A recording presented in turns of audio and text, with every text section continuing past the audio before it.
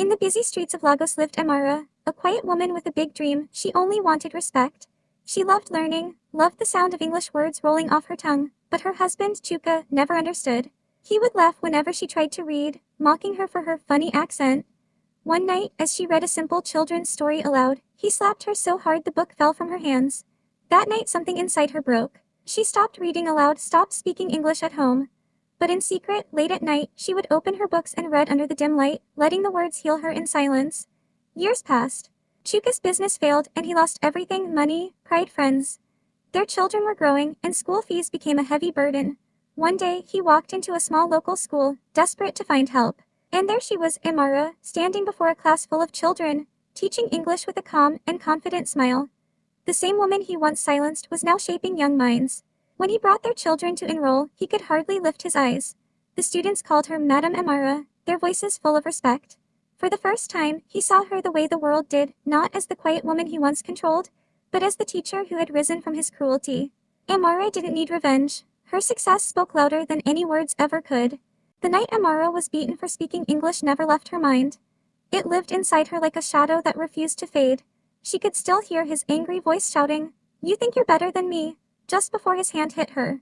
That moment changed everything. Amara stopped speaking English from that day. She avoided books, songs, and conversations that reminded her of the language she once loved. Her words turned into silence, her dreams buried deep inside her heart where no one could hurt them again. Years went by. Chuka, her husband, grew older and bitter. His business, once booming, began to crumble. One mistake led to another, and soon he lost everything: his money, his friends, and the pride that had made him cruel. One morning, he came home defeated, holding his head in his hands. For the first time, he asked her for help. "Amara," he said quietly, "I need you to find work. We can't feed the children." She looked at him, remembering the years of insults and pain, but she said nothing. The next day, she walked to the nearest school and asked if they needed help. They gave her a small job assisting teachers. But soon, people noticed something about her. She had a gentle way with children, a patience that made learning feel safe. When she spoke, her voice carried calmness and strength. The headmaster asked her to teach English. At first she hesitated, remembering the night she was beaten for the same reason. But she took a deep breath and said yes. Amara began teaching simple words, songs, and stories. Her classroom was always full of laughter. Children adored her. Within months, Madam Amara became the most loved teacher in the school. Parents thanked her for helping their children read and speak with confidence. She often stayed after class to tutor those who struggled, her voice soft but steady. Every time she spoke English, it was like reclaiming a piece of herself, one word at a time.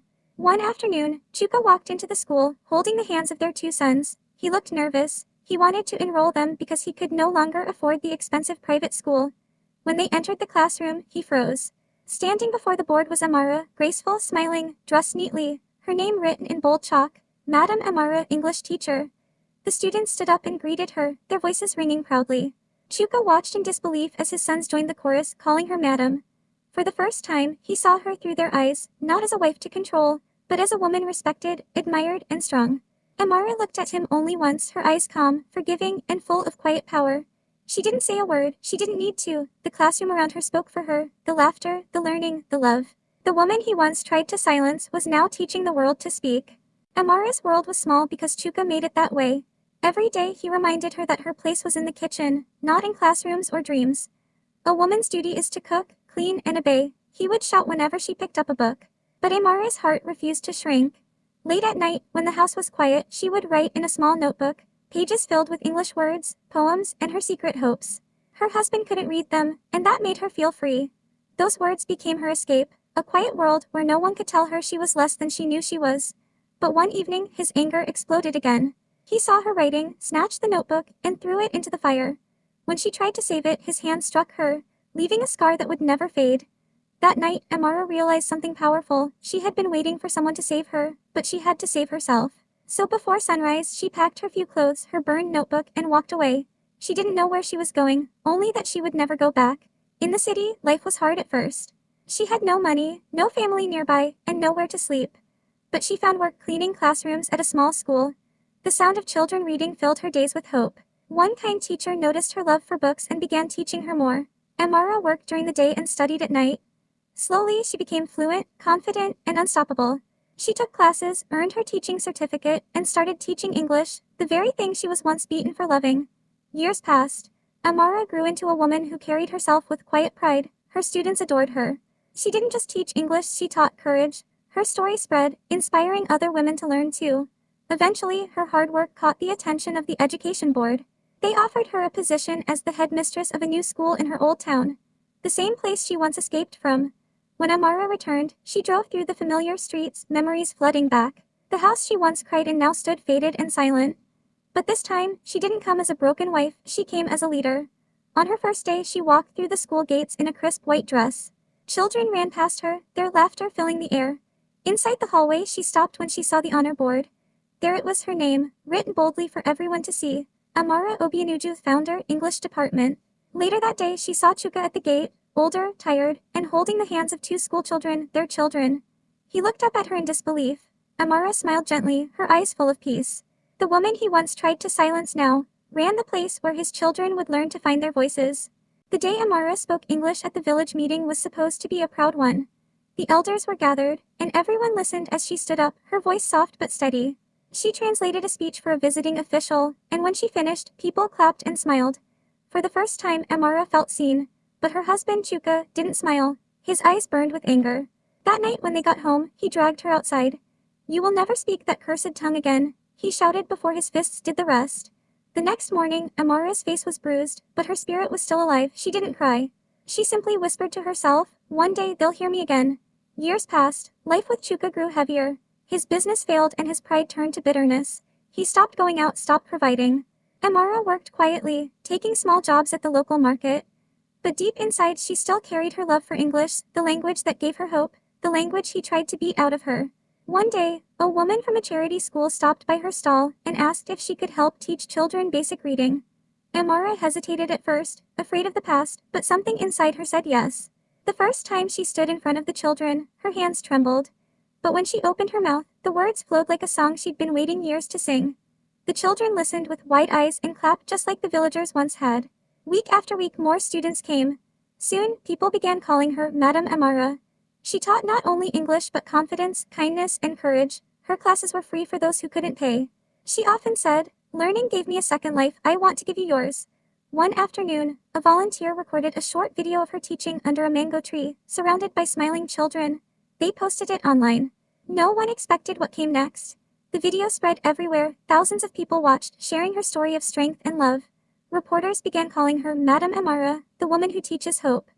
A few weeks later, journalists arrived in her village to interview her. Neighbors gathered around, proud and excited. Amara sat under the same tree, wearing a simple dress, her voice calm and confident as she spoke about her journey. Behind her, in the crowd, stood Chuka. He said nothing. His hands shook as he watched the woman he once silenced speak to the world. When the reporters left, their sons ran to her, wrapping their arms around her. "Mama," they shouted with joy. "Our teacher is famous." Amara smiled, her eyes soft with tears. She looked toward Chuka for a brief moment. He couldn't meet her gaze. The same tongue he once called cursed had built her destiny. And this time, the whole world was listening. Every night, when the house grew quiet and the world outside was dark, Amara would whisper English words to herself. She spoke them softly, like prayers. Hope, freedom, love. They were words her husband Chuka had forbidden. He said English was useless, that women who learned it became proud and disrespectful. But Amara didn't stop. Those words made her feel alive. She hid a small notebook under her pillow where she wrote simple sentences, practicing in secret. It was her escape, her dream, her only light in a house filled with shadows. One night, as she whispered, she didn't hear him come in. Chuka snatched the notebook from her hands, his face red with anger. "So you still disobey me?" he shouted. Before she could speak, he threw the notebook into the fire. Amara cried, trying to pull it out, but the pages burned fast. Her tears fell onto the flames, putting them out halfway. She stared at the ashes, her hard work gone, but in that moment, she made a silent promise to herself. He could burn her notebook, but he could never burn her spirit. Before dawn, Amara packed a small bag and walked away from the house barefoot. The road was long and quiet, and every step hurt, but she didn't stop. After many miles, she found a women's shelter.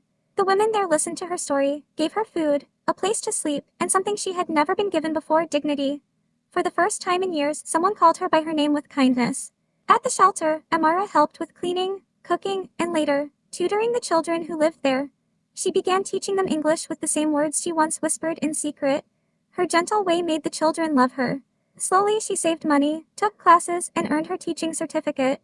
The shelter became her home, and teaching became her purpose. She didn't teach for money, she taught to heal. 5 years passed, and Amara's small lessons grew into something bigger. With help from kind donors, she started a small learning center called Amara's English for All. It was a place for women and children who had never been to school, a place where learning was free and safe. She bought a bright yellow school bus and painted her name on it in bold letters. One sunny morning, she drove that bus back to her village. Children ran after it, laughing. When she stepped down, people stared in surprise. Among the crowd were her husband's children, older now, dressed in their school uniforms. They ran to her, shouting, "Auntie Amara." Their smiles melted her heart. Chuka stood by the gate, speechless. He couldn't believe the woman he once tried to silence had built something so beautiful. Amara looked at him, not with anger, but with peace. She smiled and said softly, "Today we'll start with forgiveness." And for the first time she truly felt free.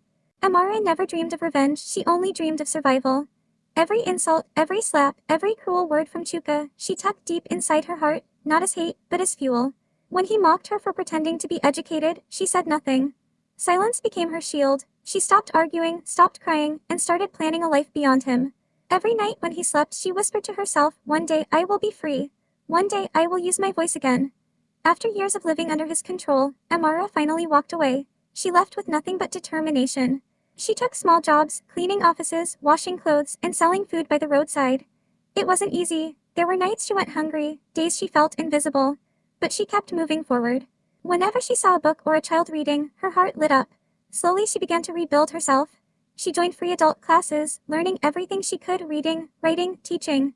The more she learned, the stronger she became. Years later, with her savings and a small loan, Amara opened a tiny literacy center for women. The building was simple, just 2 rooms with old desks and chalkboards. But to her, it was more beautiful than any palace. On the wall, she painted her center's motto in large, clear letters, "Let no voice be silenced." That line wasn't just for her students. It was for the woman she used to be, the one who had once been too scared to speak. The center grew quickly. Women from nearby villages came to learn. Some were young mothers, others were grandmothers who had never held a pencil before. Amara taught them patiently, her smile full of encouragement. The women laughed, studied, and began to find their voices again. Amara became a local hero, not because she was powerful, but because she gave power to others. Then one morning, she looked at the list of new students and froze. The first name on it was Nneka Chuka, her ex-husband's new wife. Amara's heart pounded, but she didn't hesitate. When Nneka arrived, nervous and shy, Amara welcomed her warmly. "You are safe here," she said softly. "We all start somewhere." Nneka's eyes filled with tears. A few weeks later, another visitor came to the center, Chuka himself. He was no longer the proud man she once knew. His clothes were worn, his face tired, and his eyes full of shame. He had lost his job, his house, and his arrogance. He looked around the bright classroom filled with laughing women and children, unsure what to say. Amara stood before him, calm and confident. Her students watched in silence. Then, in perfect English, her voice steady and kind, she said, "Welcome, Mr. Chuka. Please take a seat, your children are waiting." The room was quiet, but the moment spoke louder than any revenge ever could. Amara had found her peace, and her power, in every word she once feared to speak.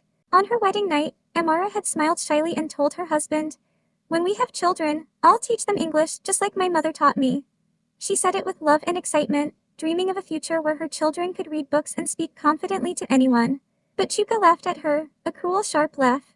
"My children will never speak the tongue of colonizers," he said. "They will speak only our language, not that foreign nonsense." His words stung, but Amara stayed quiet. That night she realized that the man she had married didn't just want a wife, he wanted control. From that moment, Chuka did everything to crush her small joys. He mocked her whenever she read in English, saying she was pretending to be something she was not. He tore her books, called her foolish, and told her that no one would ever respect a woman who spoke like a foreigner. Amara endured it all in silence, but she never let the language leave her heart. Every night, when the house was still, she whispered English words to herself, soft, steady, unbroken. Years passed. Chuka built a small company and became proud of his wealth. He walked with his head high, bragging about his success. But fate has a way of teaching its own lessons. One year, his company began to fall apart. Bad deals, debts, and poor choices left him with nothing. His friends disappeared, and the proud man who once laughed at Amara found himself desperate and humbled. Their sons were growing, and Chuka wanted them to have a better life. He searched for schools that offered scholarships, but there was only one nearby, a top school that required every child to speak fluent English.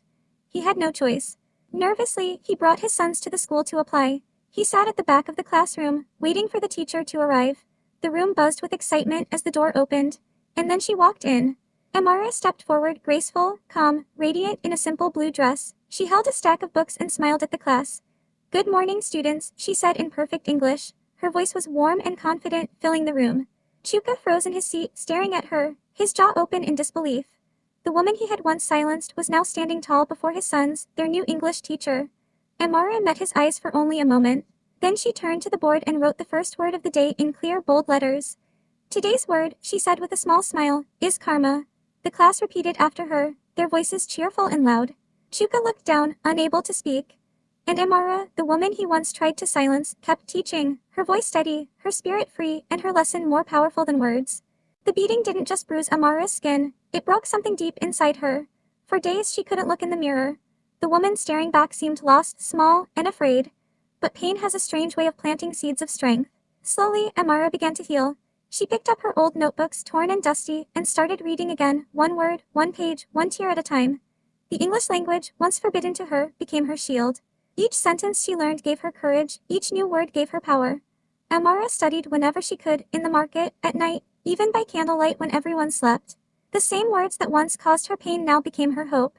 Over the years, she turned that hope into purpose.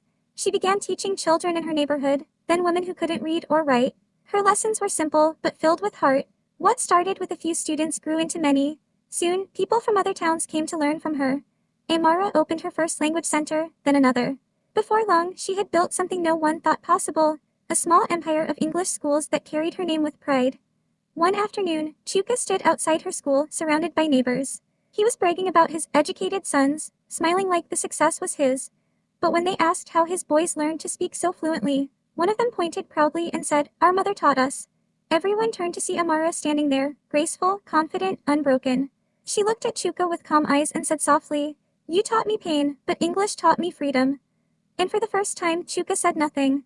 His head lowered, and Amara walked past him, her silence stronger than any victory.